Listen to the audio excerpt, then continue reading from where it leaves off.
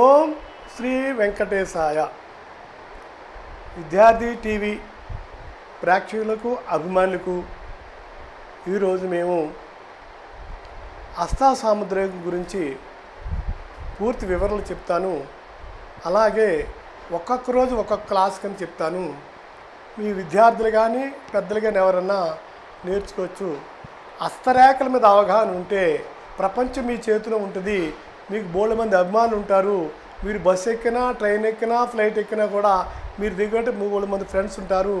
ఈ హస్తసాముద్రికం మీద అవగాహన ఉండడం వల్ల మీ పిల్లలకి కానీ, మీ మనవలకు కానీ, లేకపోతే మీ బంధువులు కానీ, మీ మిత్రులు కానీ మీరే జ్యోతిష్యం చెప్పవచ్చును. అది కాకుండా ఎదుటి వ్యక్తి చేయి చూసి వారి గుణగణాలను అంచనా వేసుకుని వారితో ఎలా ప్రవర్తించాలో మీరు డెసిషన్ తీసుకునే అవకాశం ఉంటుంది. ఈ హస్తరేఖ ఈ హస్తాసాముద్రికము మనకి విష్ణుమూర్తి ఇచ్చిన వరమని చెప్పొచ్చు. విష్ణు ఆజ్ఞతో దీన్ని సముద్రుడు రచయించారని ఇది మన భారతదేశంలోనే జరిగిందని చెప్తారు. మన దేశం వచ్చి ఈ విద్య నేర్చుకొని షీరో అనే ఈ బ్రిటిష్ ఆయన ఫేమస్ జ్యోతిష్ పండిట్ అయ్యి ప్రపంచ స్థాయిలో గుర్తింపును పొందాడు. ఇది ఆధ్యాత్మిక సైన్సు రేఖ. ఇది ఏమిటంటే ఇది మనం తిన్న తిండి రక్త ప్రసరణ ద్వారా మన బాడీకి వెళ్తుంది. అలాగే ఆ రక్త ప్రసరణ ఈ చెయ్యి కూడా నడుస్తూ ఉంటాయి. మన చేతిలో ఆ విధంగానే రేఖలు మారుతూ ఉంటాయి. మన యొక్క దశా సిస్టమ్ని బట్టి కానీ, మనకు కర్మ ఫలాన్ని బట్టి కానీ, మన చేసిన పుణ్యాల వల్ల కానీ మన చేతిలో రేఖలు మారుతాయి. అవి 6 నెలలకి రేఖలు మారుతాయి. మీరు అబ్జర్వ్ చేసుకుంటే తెలుస్తుంది. మీరు పరిశీలన చేసుకోండి. మీకు పూర్తిగా అవగాహన ఇస్తాను. ఇది మొత్తం హస్తము. ఈ హస్తానికి ఇది శుక్రస్థానము, ఇది చంద్రస్థానము, తర్వాత ఈ పక్కన కుజస్థానము, ఇక్కడ 2వ కుజస్థానము, ఇది తర్వాత ఇది గురుస్థానము, ఇది శనిస్థానము, మధ్య వేలికి ఉన్నది శనిస్థానము, 4వ వేలికి 3వ వేలి కింద ఉన్నది రవిస్థానము, సూర్యస్థానము, ఇక్కడ ఉన్నది బుధస్థానము.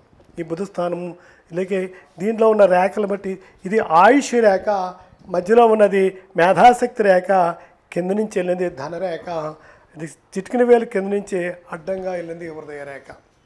ఈ రేఖలు బట్టి వీటి గుణగణాలను చెప్పవచ్చు. చేతిలో ఎటువంటి రేఖలు ఉంటాయి ముందు మీ అందరికీ చెప్తాను. అందరికీ ప్రాథమిక హస్తం 3 రేఖలు ఉంటాయి, కొంతమంది 4 రేఖలు ఉంటాయి, కొంతమందికి అనేక రేఖలు ఉంటాయి. ఇక్కడ చెప్పిన రేఖలన్నీ కూడా వీళ్ళందరికీ నేను చెప్తే చూడండి. ఇక్కడ ఆయుష్ రేఖ ఇది, అలాగే శిరోరేఖ మధ్యలోది, అలాగే హృదయ రేఖ పైన చిటికిన వేల పైన పక్క నుంచి వస్తుంది. తర్వాత కీర్తి రేఖ, కీర్తి ప్రతిష్టలు అంటే మన ఉంగర వేలు కింద ఉంటుంది కీర్తి రేఖ. అలాగే బుధరేఖ వ్యాపార పరిజ్ఞానాన్ని ఇస్తుంది.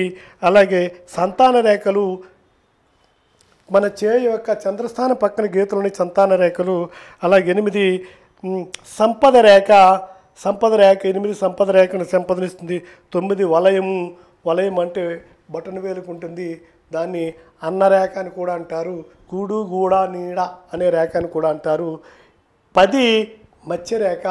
ఈ మత్స్యరేఖ ఎవరికి ఉంటే వాళ్ళే సంతాన అభివృద్ధి బాగుంటుంది, సంపదలు వాళ్ళ సొంతం అవుతాయి, మరి మంచి పేరు ప్రతిష్టలు సంపాదించాలి. నేత్రరేఖ ఇది 1 కోటి మందికి మాత్రమే ఒకరికి ఉంటుంది, 1 కోటిలో 1 మందికి ఉంటుంది. ఇది బటన్ వేలు పైన ఉంటుంది.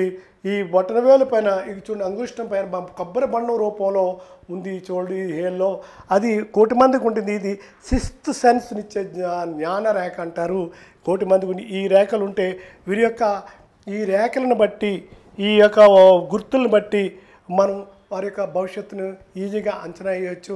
తర్వాత అంటే వాళ్ళ భవిష్యత్తుకి మనం రెమెడీ చెప్పవచ్చు, భవిష్యత్తు మార్గాలను చెప్పవచ్చు. ఇది అందరికీ మేము దృఢ సంకల్పంతో ఈ విద్యను మాకు 42 సంవత్సరాల వయసు ఈ శాస్త్రంలో ఉంది కాబట్టి ప్రతి గ్రామానికి ప్రతి విద్యార్థికి